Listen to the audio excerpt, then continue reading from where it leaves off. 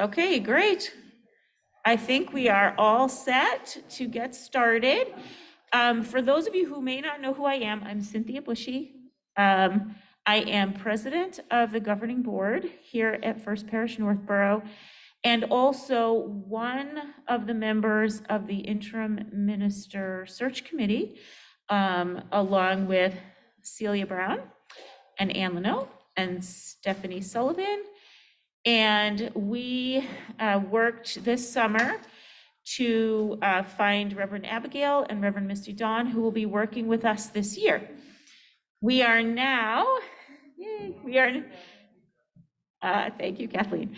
We are now passing the baton to our transition team, consisting of Janet Ruggieri and Dick Zahowski. I did it. I am going to turn the mic over to Janet, who is going to be facilitating our congregational meeting today, to talk about what is next. Thank you. And thank you to the worship team for a wonderful, oh, yes. First, I want to thank the worship team for putting together a wonderful service that has really gotten us into a good space for this meeting. And I want to remind everyone, when you come up to the microphone to speak, should you decide to do that, please keep your masks on. Thank you.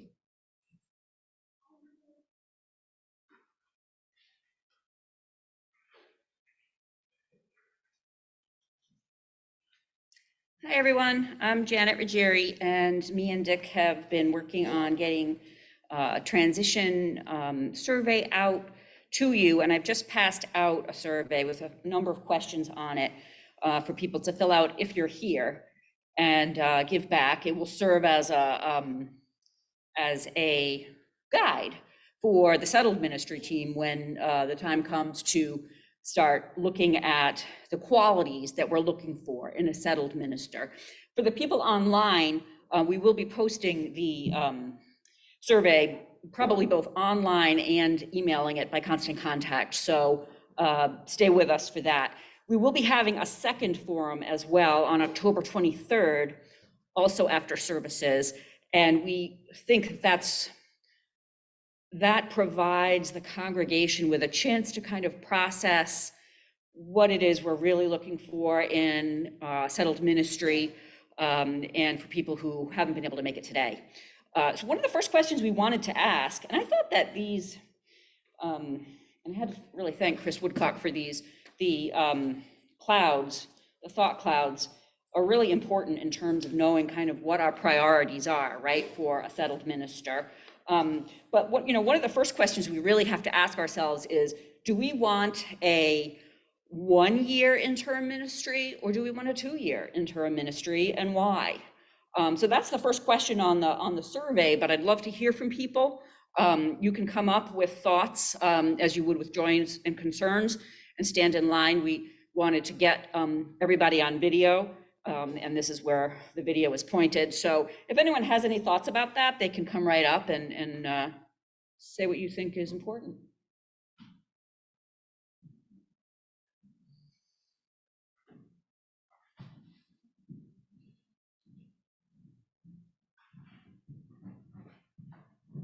In a very elementary way, I'm going to explain a little bit here, being on the transition team with Ann and Stephanie and Cynthia. The usual thing is that you have an interim minister, and then in the process of that interim, you reevaluate your priorities for your congregation, and then you turn to a settled minister. Times are different now, and so that's why we asked the question. We could have the same people that we have right now, possibly, but they just committed for 1 year. So I just wanted to put that basic in terms of your thought process and all of this.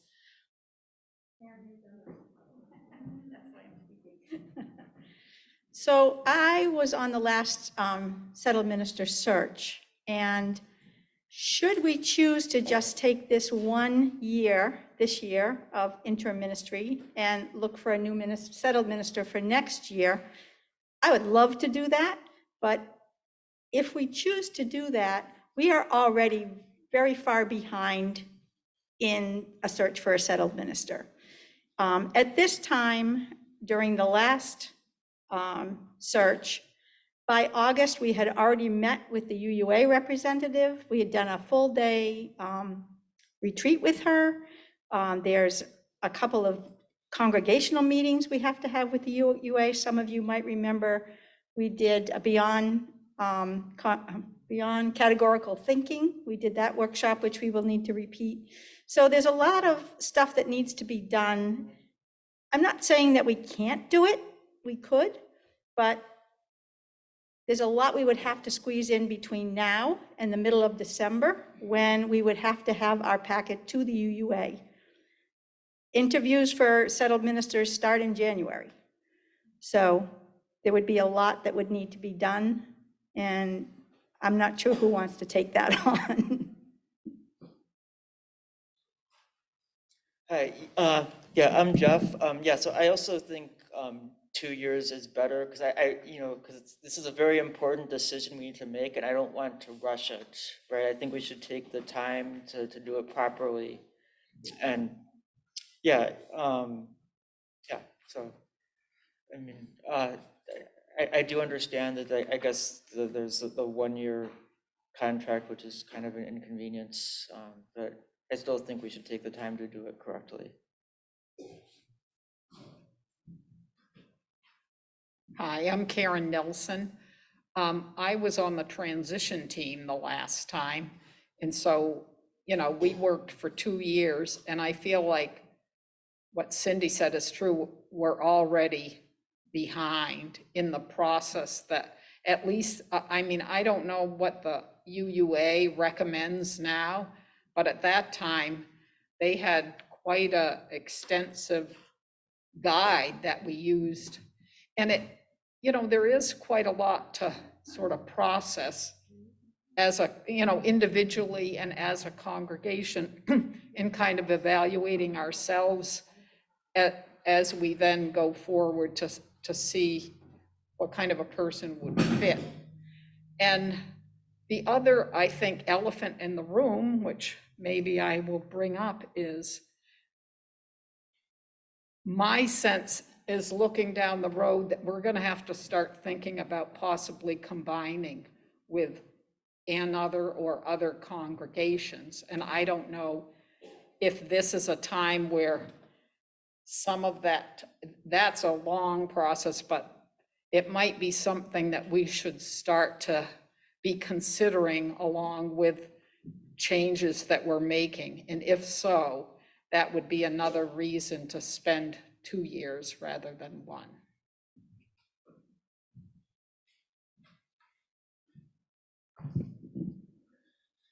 In my formal role as the fly in the soup, I will bring a counter standpoint to this.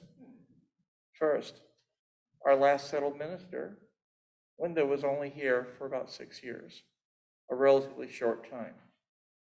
We've gone through a lot of the work we're going to need to do in that previous transition.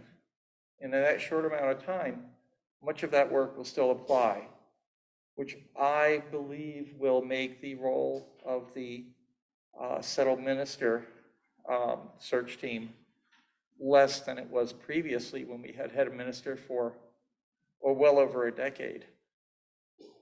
So that's a consideration. One. Number two is, in echoing some of Karen's concerns about our shrinking congregation, I have not given up on the idea that we could grow. There are other UU congregations in the area that have grown, for instance, Grafton. We may have an opportunity and potential to thrive. And I don't want to hang on the everybody shrinking bandwagon. I want to be on the let's at least try to grow. Let's not just give up on that. Okay. The third, one of the reasons we have the interim minister situation that we have now with 2 part-time ministers is there is a dearth of ministers available. One of the things our representative at the UA told us, and you can second guess whatever, I'm taking it at face value, is that most of the other churches are going for a 2-year interim, which means that this glut of churches looking for ministers that started when we were looking for interims at that time, will be also competing in 2 years. If we go 1 year, we're likely to be off cycle, so to speak, meaning that the odds are better that we can get a settled minister. And I think that's an important thing. The last time we did it, we didn't have a lot of choices. And it might be nice if we had more choices. We can't guarantee that'll be the case, but we can improve our odds. So, with those points in mind, it seems to me that a 1-year interim really makes a lot of sense for First Parish, because it gets us out of this limbo period of the interim sooner. And with the short settled minister, we don't need it as much, because we've already done a lot of the work in a short enough time that most of the work we've already done still applies. Thank you.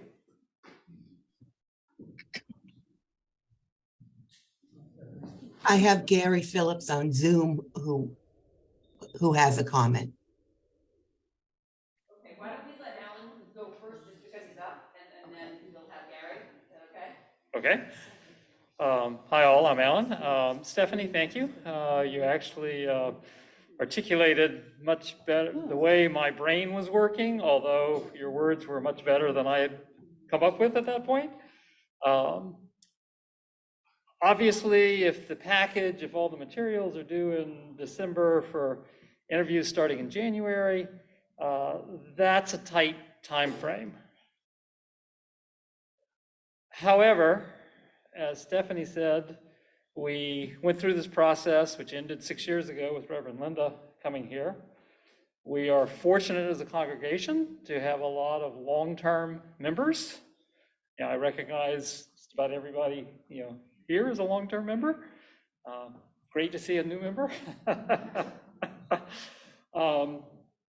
So I guess my point of view would be, I have to leave it to the transition team, because I don't know what kind of work and what kind of workshops and everything else that has to occur for us to have a packet ready in December.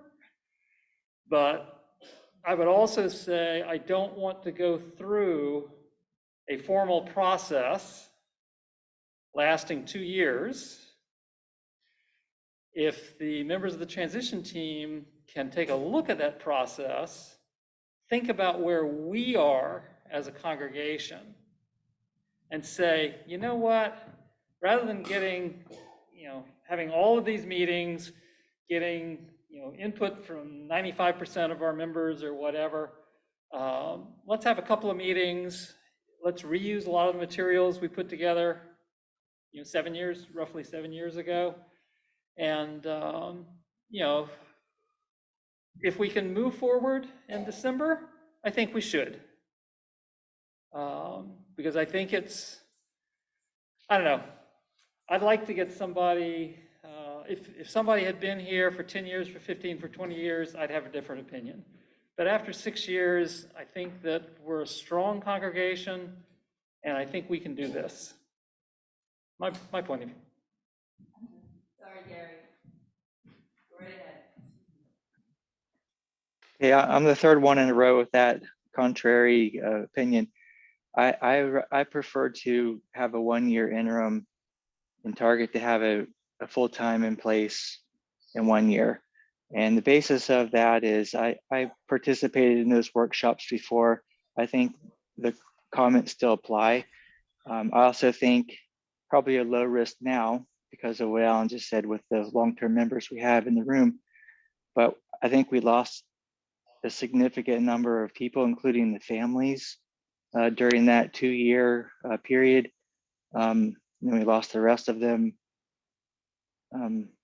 since then. And sadly, even my daughter She elected not to participate in RE this year because she doesn't want to be the only kid. So she's out. And if we do workshops again, I feel like it will be a repeat of what we did before, and I probably won't participate because, like I said, the data is already available to us, what we vision. Thank you.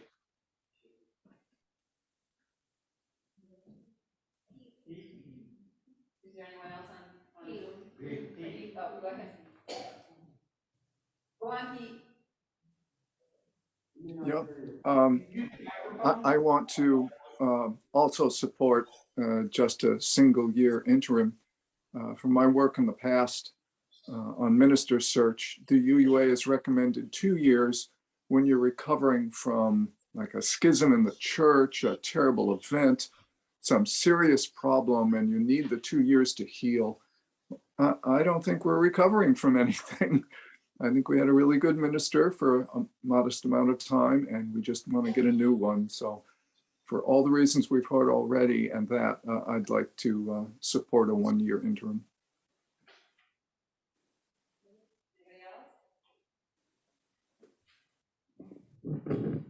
So I'm going to give just a couple of other points to consider, actually one on each side of the issue.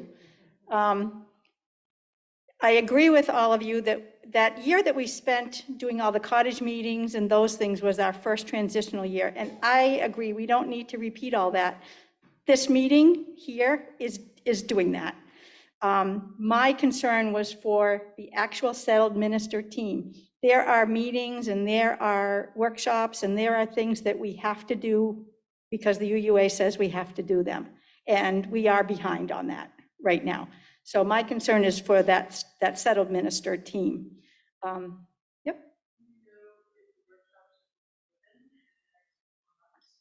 Usually they are given in the fall because ministers, the stuff is due in December for January. Yeah, so they're usually done in October and November. So we can probably do it. It's just going to be a real rush for the team. The thing on the other side is, unless we do another interim minister type of thing that we did this year, almost every interim minister, when they submit their resume, they're looking for a 2-year commitment. They're looking to go to a church for 2 years. So unless we use next year and repeated what we have this year, we would probably have to take on 2 more years. So I don't think any of us want to do that, for sure. So that's points to consider on both sides of the issue.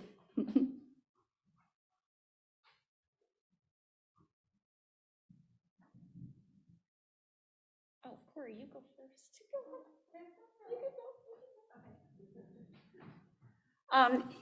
My gut feeling is 1 year.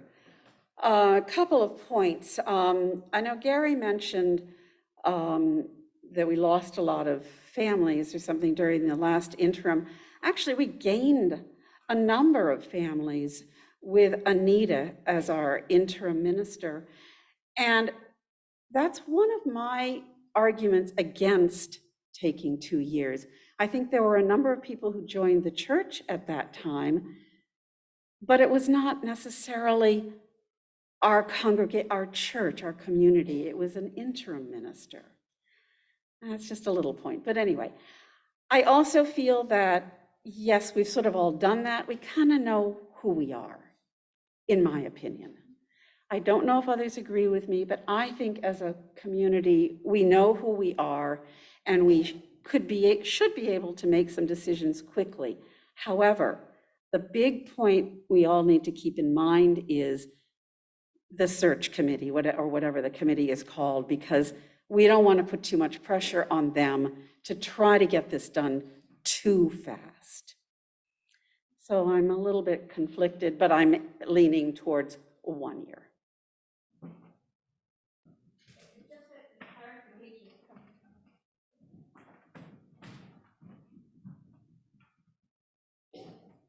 I just have a question for the board members. Are the committees that we need to do 1 or 2 years in place? Are they adequately staffed? Do we have the resources that we need, or are we looking for people to take on huge globs? Yeah. Thank you for that question, Ann. That's why I was standing up here to offer another piece of information. I sort of feel like, oh, why couldn't we start on the like half year, right? So we keep saying we just need 1 year, but being ready by December is not 1 year. It's a few months. And so that's kind of this struggle that we're in. But to Ann's question, we do not have either our settled minister team together, or nor would we have what Ann was, the other Ann, was suggesting, is that we would then need a team to look at what our second interim year would look like. Those would be groups of people that need to step forward and do that work. So in the call to action that went out 2 perspectives ago, and then again in this last perspective, there are specific asks that the board has put out there, and one of those asks is for people to come forward and apply to be on the settled minister team. I put on there the end of this month as kind of a deadline for that application. And we currently don't have a lot of interest. We have 1 person who has stepped up. In fact, we have 1 person who stepped up to volunteer or apply or whatever, inquire about any of the direct requests. And so while I do think that many of the outcomes of those cottage meetings from years ago stand in terms of how people feel and what they want from a community, I want to also offer that even though it's only been 6 years, half of those have been a pandemic. Our whole entire way of being has shifted. And I think that's what we need to take a look at as a community. Not that we don't know who we are or who we want to be, but people have to figure out how they're going to come together as a community. And if people really truly don't have bandwidth or time to step up and bring a bit of their time and talent to our community, then our community is going to look different. It doesn't mean it's going to disappear, but it's going to look different. Things will only happen if we come together and make them happen. That's what will define our community moving forward. So that's really important for you all to know as we're thinking about 1 year or 2 years. We don't have a settled minister team yet.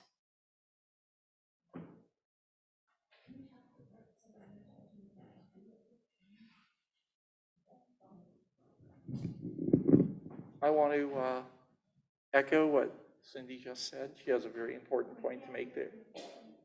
All right, okay. So I'll get centered behind it like this, okay? Well, all right. I'll speak up more. I'll just speak loudly, which helps the microphone too. All right, so what Cindy was saying, there's a lot of important value in that. And trying to do this in 1 year is a lot of work, but it has a good return. And I am a little disheartened that more people haven't stepped up. You know, we're a community here, and this is a time that we need each other. And I understand that maybe with a smaller congregation, a lot of us have been doing a lot. And we may feel that there are other things in life pulling us away. But if church, if First Parish is important to us, maybe some of us can consider shifting some of our priorities. I know personally, I've made a number of changes to my priorities to be able to provide the services that I've done for First Parish, because it's important.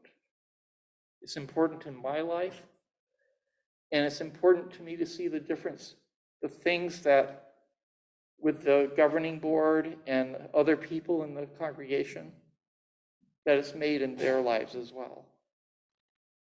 So what I'm doing here is putting out a call to say, if you haven't been doing stuff actively in the church, maybe for a while, or participating at as high a level as maybe you once did, somebody agrees on the TV there. You know, maybe just take a look at that.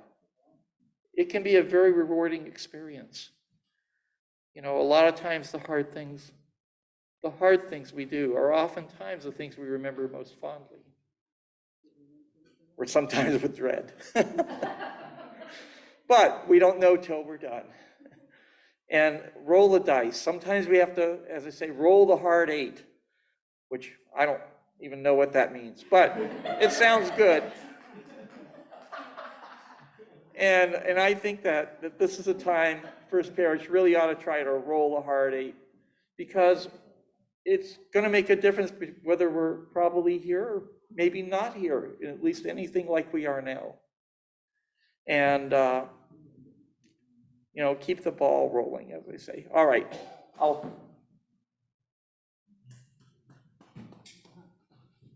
So we have to wrap up this question, but I dropped a stone of concern. Simply, I didn't know that only one person had signed up for the settled minister team.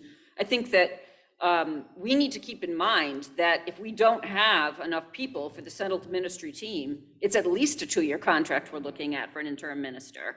It's not possible to, you know, put, you know, the kind of work that we know is going to go into this on 1 or 2 people. This really needs to be a group. And again, it should, as hard as it may be, it's a labor of love. The other thing I wanted to point out. So what we're looking at is either a 1-year interim or a 3-year total interim. Well, I think it depends. So I think what I think we need to consider also between the 1-year and the 2-year, I mean, we didn't really find out about the need for a new minister until June. So when you think about, you know, how far we've come since June, we've actually made a lot of progress. But because of that June notice, we need, you know, additional time. My feeling is we do need 2 years. The fact that we have 2 years to make a decision as to who we're going to choose gives us more time to decide. I do feel like the last process was a little bit rushed toward the end. We didn't have a lot of choices, despite the fact that there may be people who are in, you know, also in searches for 2-year ministers. We can find someone potentially in 6 months after we start looking, right? I mean, if you have 2 years to look, you're more likely to find someone that you really click with. And I think that is so critical. That is a really important decision. If anybody else has any more comments, they can come up. We need to move on. Any more? Okay. So let's move on to question number 2. I have just one quick question, if I may. It's Corinne. I just was trying to type it in the chat. I was just going to ask, I know very little about the work of the Settled Minister Committee, but from what I understand, it's a huge amount of work, and it's viewed as a huge commitment on behalf of the people who are on that committee. And I was just wondering if there was a possibility of giving any thought to reconfiguring the work of that committee, since it sounds as though there's a lot of cohesion in the parish in terms of amongst the many of the longtime members who understand the work of the Settled Minister Committee. Is there any way that that work could be reconfigured and divided amongst more people so that it wouldn't be so overwhelming in the event that people wanted to do the idea of the 1 year?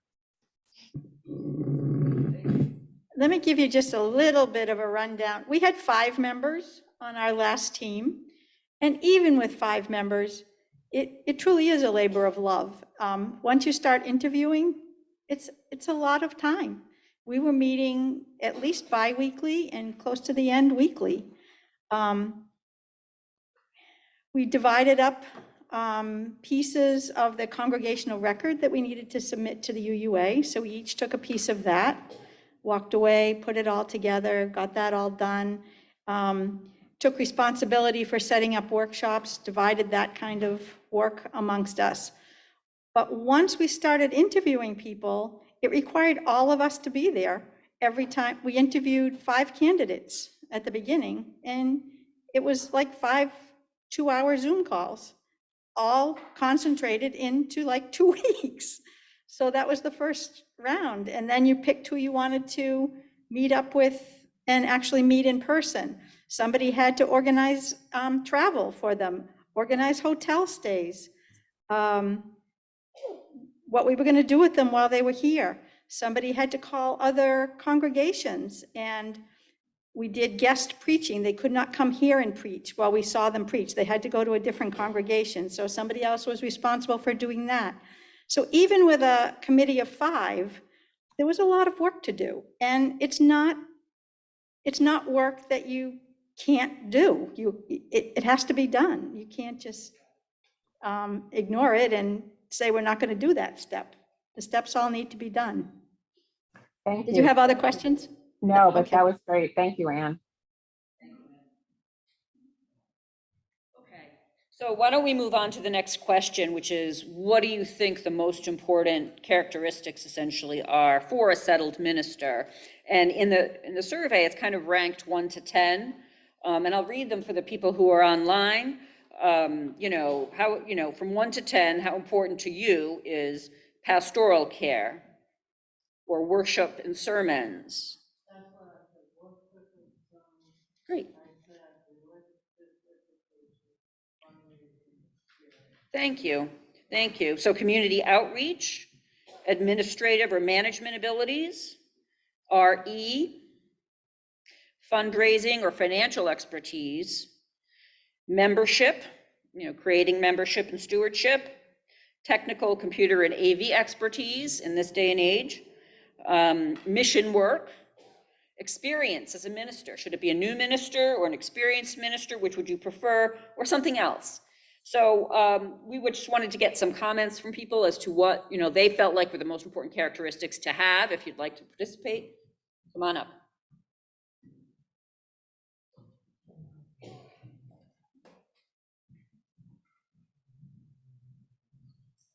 Sorry, I'll start quickly. Sermons is very important to me.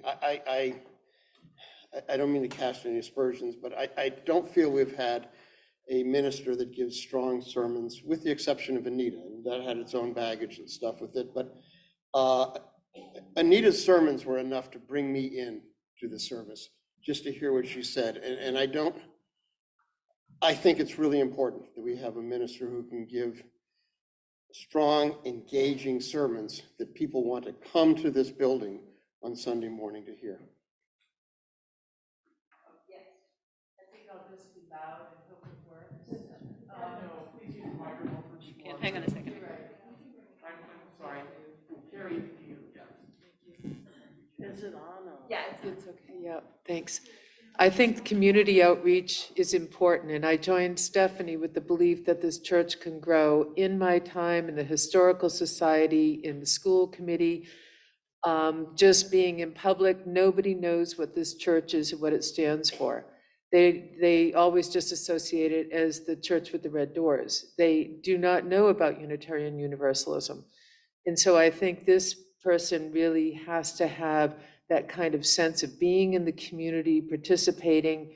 And I also would really like to see a heavy dose of wisdom, particularly institutional wisdom.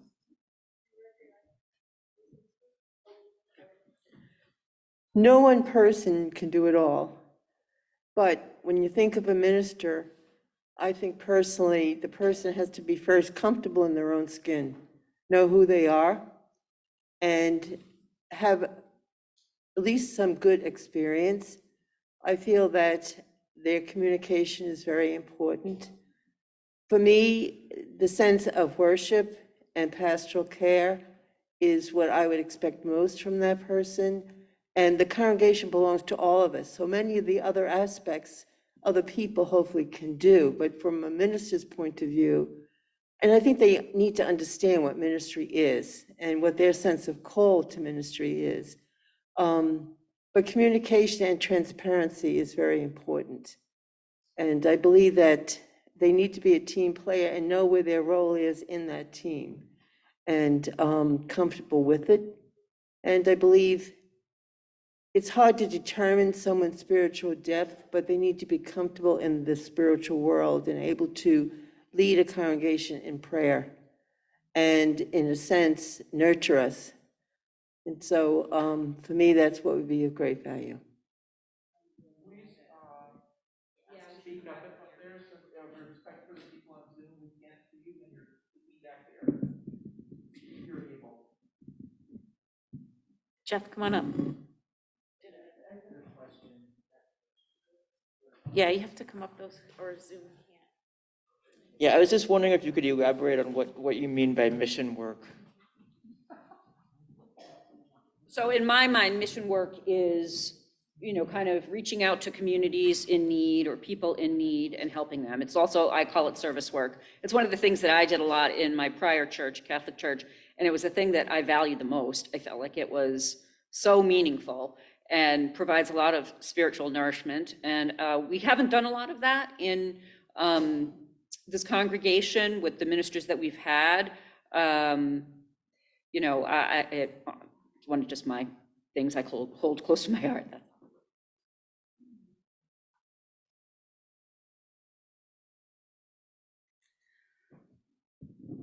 I just have to say, we have to step up, folks. I mean, if we don't have a settled minister team, it's not going to happen.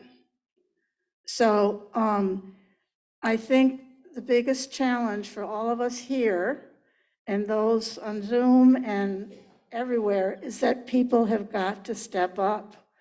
And it's almost a little bit mute to even be talking about this if we don't have a team of people that we can then charge forward. The other thing I want to mention, when my experience on the transition or the interim team, we interviewed one of the ministers and we talked about someone who'd be out in the community.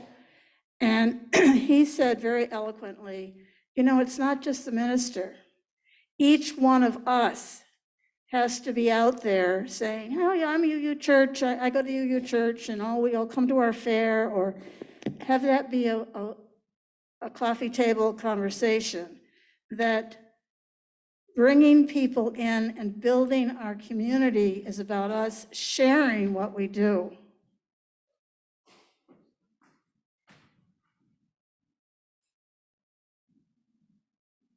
I'd like to say thank you to Audrey for bringing up what you did about character and who the person is who comes to our congregation. We do have people who have been with us for a long time, and I think that that factor, of course, sermons are very important to me, and outreach and perhaps what you're calling mission sort of gel together.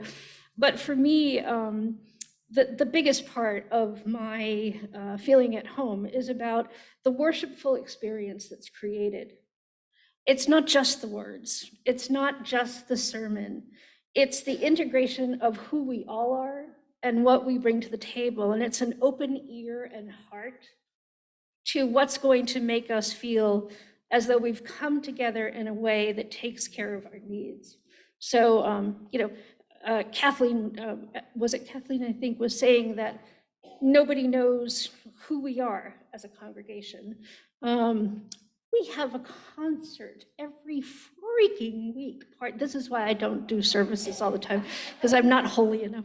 But we have a concert every week. We have people who are so engaged in our communities that they're making huge differences. And to have a minister that truly wants to celebrate the people that make us who we are, that would be my dream, and it's not on the list, so thank you.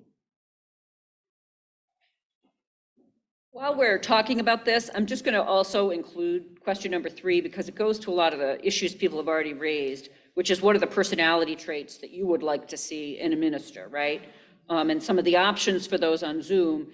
And what it is what's more important, circle, one, really one of 2, extroversion or introversion, good writing skills or good oratory skills, for instance. Which is your preference? Do you want someone who's assertive or laid back? Someone who's collaborative or takes charge, a top-down manager or consensual manager, experienced minister or someone newer to the ministry, more spiritual or more practical, a good conflict manager or, for instance, a better orator, facilitator or decision maker, and compassionate or problem solver. So just think about some of those and let us know your thoughts.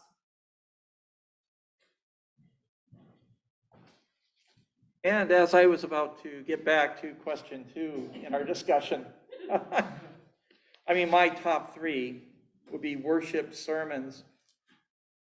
I know a characteristic I would like to see in a minister that I haven't seen in this church ever since I've been coming here is somebody who is charismatic in their presentation. That's really, I think, an important thing. I'll get to that in a second. Number 2, community outreach. In my vision, the minister is the face of First Parish in the community. They're our representative or our figurehead. They're our Queen Elizabeth II, or now King Charles equivalent, if you wanted to have an analogy. And the third is, while I frequently, when we talk to in the interim, different people in the UUA and UU ministers, they would say, when I brought up membership, they say, oh, that's not my job, pretty much. And they say, that's the congregation's job. Well, it's everybody's job. It's part of the minister's job too.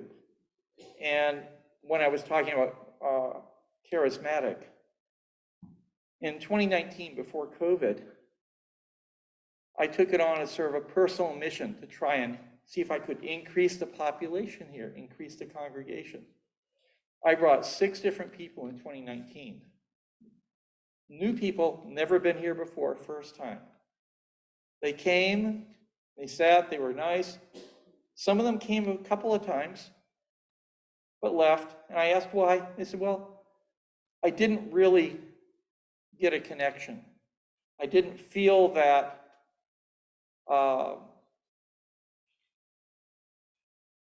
basically, the way I interpreted it is that the services were good, but not engaging. The way, and that's where I came up with charisma, or a charismatic presentation would be a very helpful thing for if we are looking at growing our congregation. So there's a priority there. I don't think the other things, it's very hard to rank number 2 because so many things are also things that are very important. Pastoral care, I would rank in the top 3, but I can only rank 3 in the top 3. All right, thank you.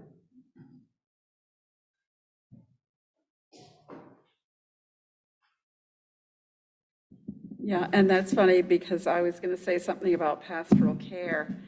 Having been involved in pastoral care quite a bit, I know that a lot of times we think at the top of our list, we want a minister who will be particularly good at pastoral care. But consider this. No, we can't have everything. If I were to choose a minister who was going to be incredibly wonderful at pastoral care, visit all our congregants, be there every minute for everyone's emotional issues, they may not be the kind of person who can be charismatic and present an inspiring service. My feeling is I would prefer to have a minister that were really engaging us, creating a worship service that we love, giving a sermon that's inspirational, than a minister who is exceptionally good at pastoral care. And I'll tell you why. Because in our congregation, and I'm looking at a lot of you, we have people who are very good at pastoral care. We have a wonderful pastoral care team. And if anyone has ever had a personal issue and been cared for through pastoral care, you know what I mean. We're good at that. So do we need a minister that is, if that's the minister's top thing? I don't think so. I think we're really good at that. Something to consider. Is there anyone online who wants to give a thought?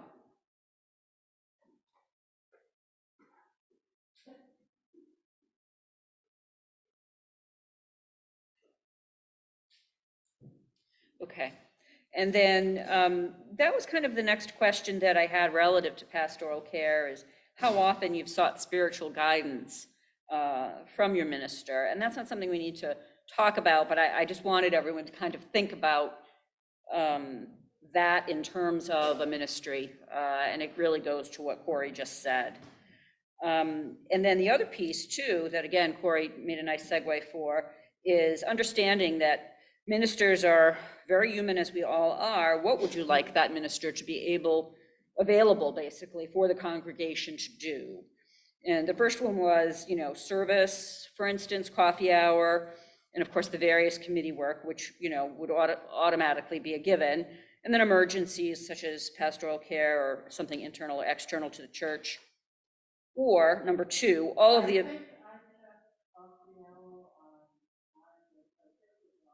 It is, thank you.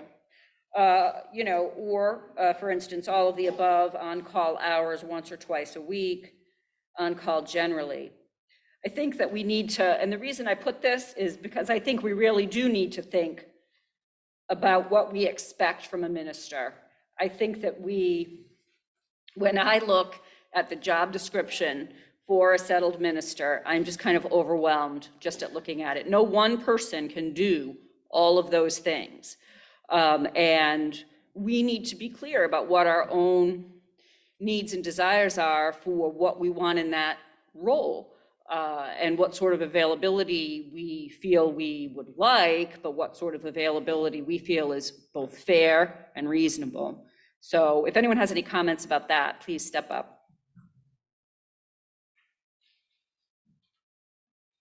Thank you for that, Janet. It made me think about some of the conversations that the interim ministry team had with folks at the UUA.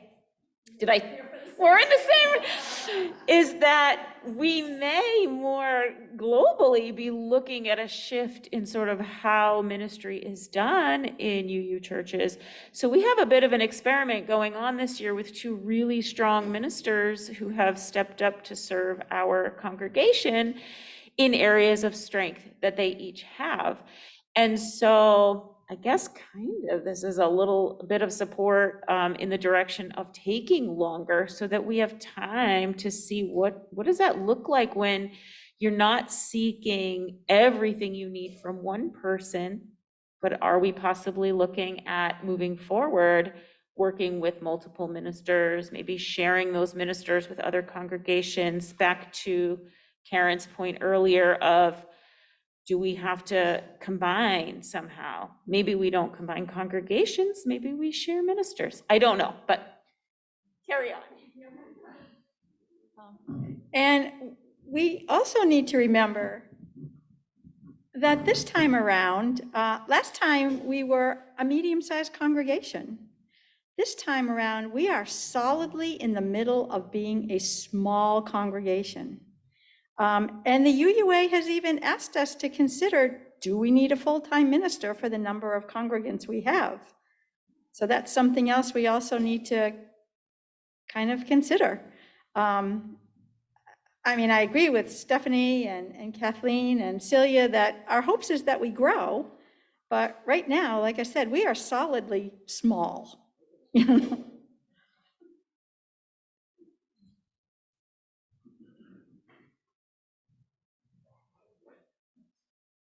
I think Ann's brought up something that I've been thinking about. You know, we talk about all these things that we're looking for and we'd like in a person and so on.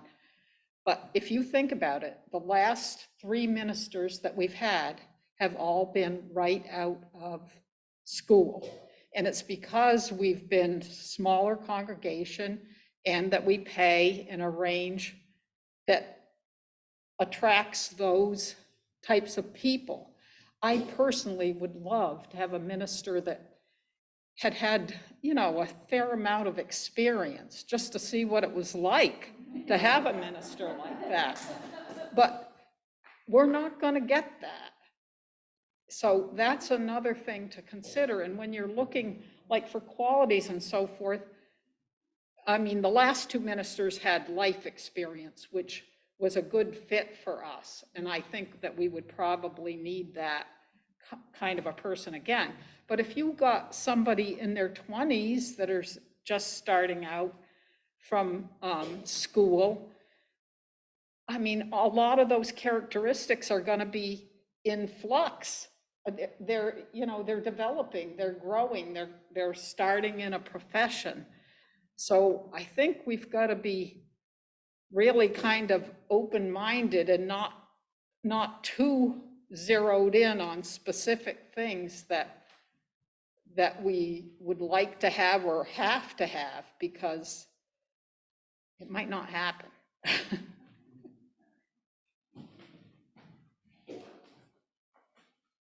just wanted to open up to anybody online.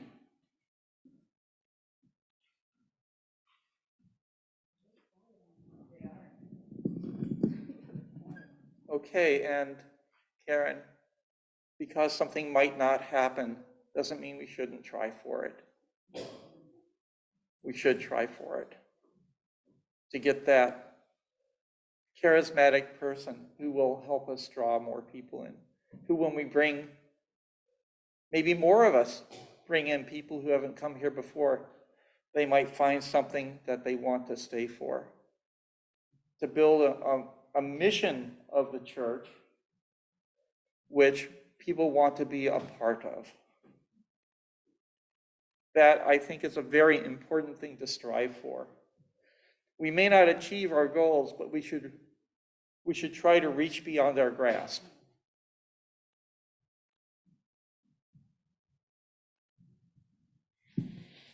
This recent piece of conversation makes me want to pose the question about priorities. So I'm someone who sort of, I never seem to be able to stay in a compartment and think only about one thing. I'm always sort of like, ooh, and how does that connect to everything else?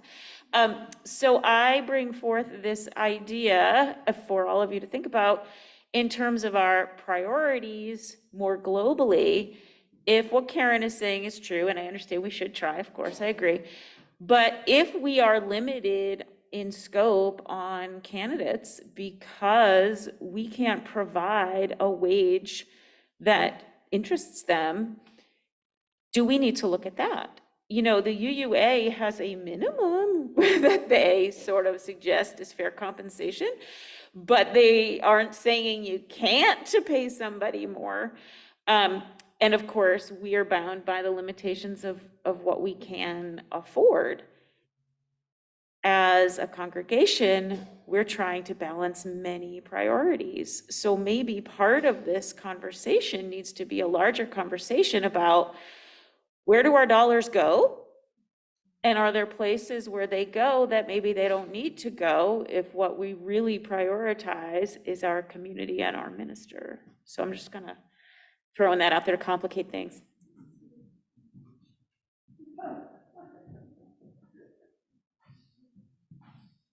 Hello again, everyone. So I'm probably the newest member from what I can tell.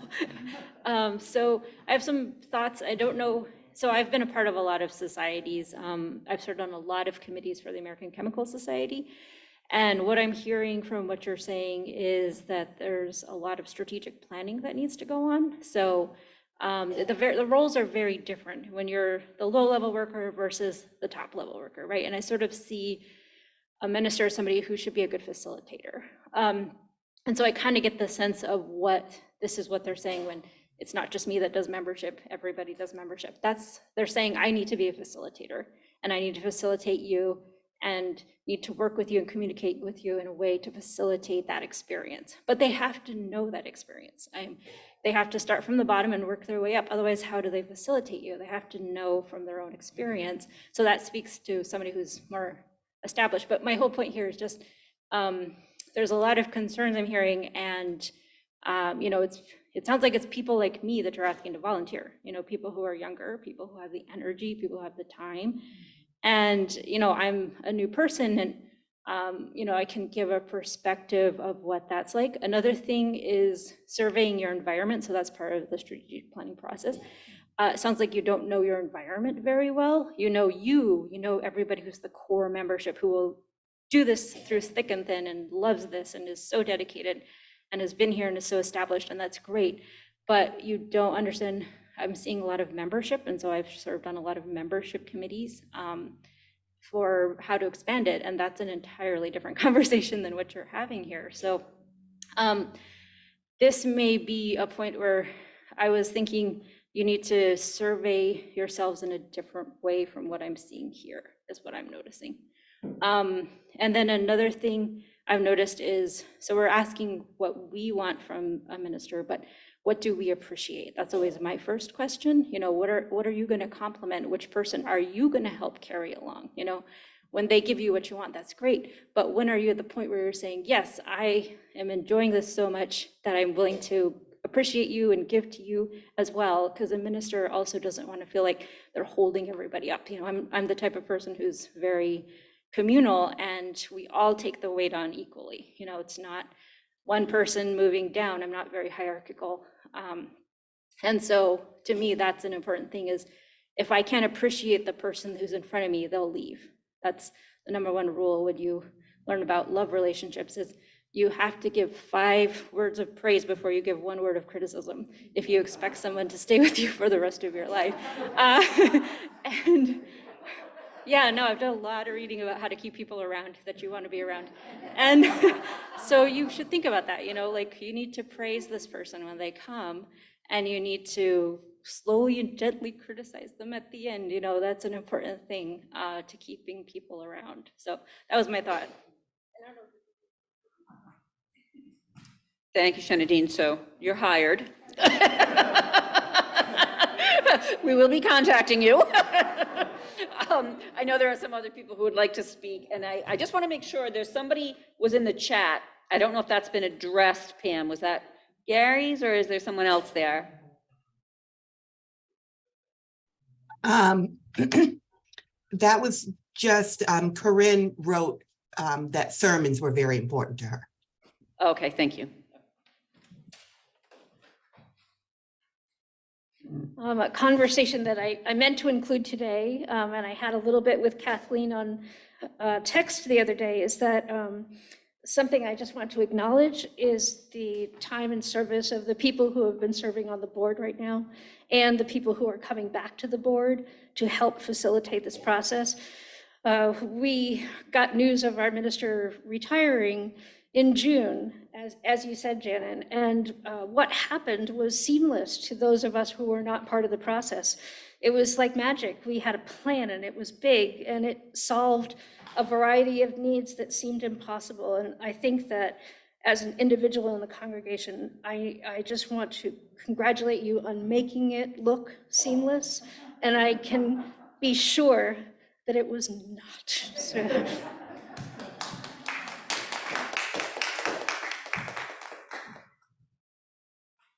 As much as we're taking time to think of what we would like to see in a minister, ministers are going to be looking of what they want to find in a congregation. So I think it really behooves us to be very clear of who we are and who we want to be going forth, because they're going to see if they fit in with us. It's like a marriage, and you spend time looking at that. And so we've talked many times about looking at our vision and our mission, but we've not really gotten to do that. So I think clarity in that direction is very important. So as they look at us, they're going to see, can they fit in? Do they have the skills to fulfill what we're looking for as well? So I think we need to spend time in that, and that does take time, to really do that. So there's a lot. So I think, that's just important to consider that that person's going to be looking as well.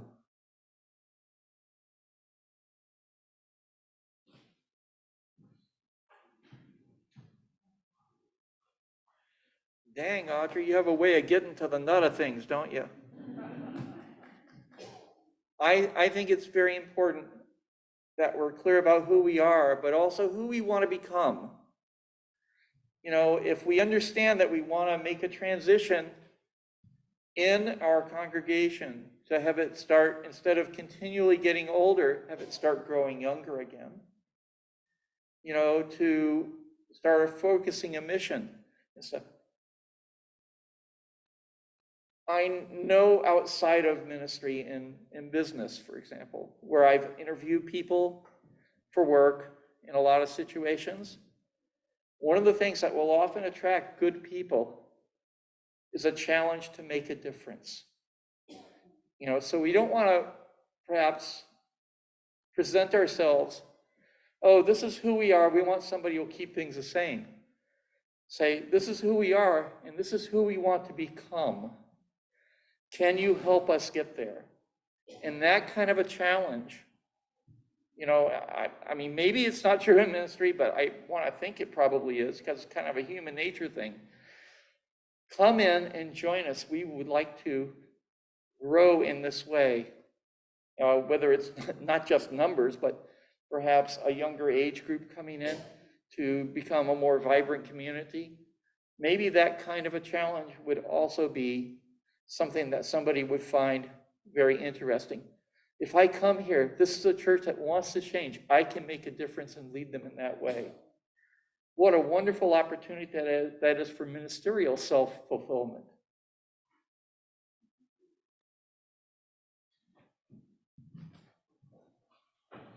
Anyone else online or here want to make a comment?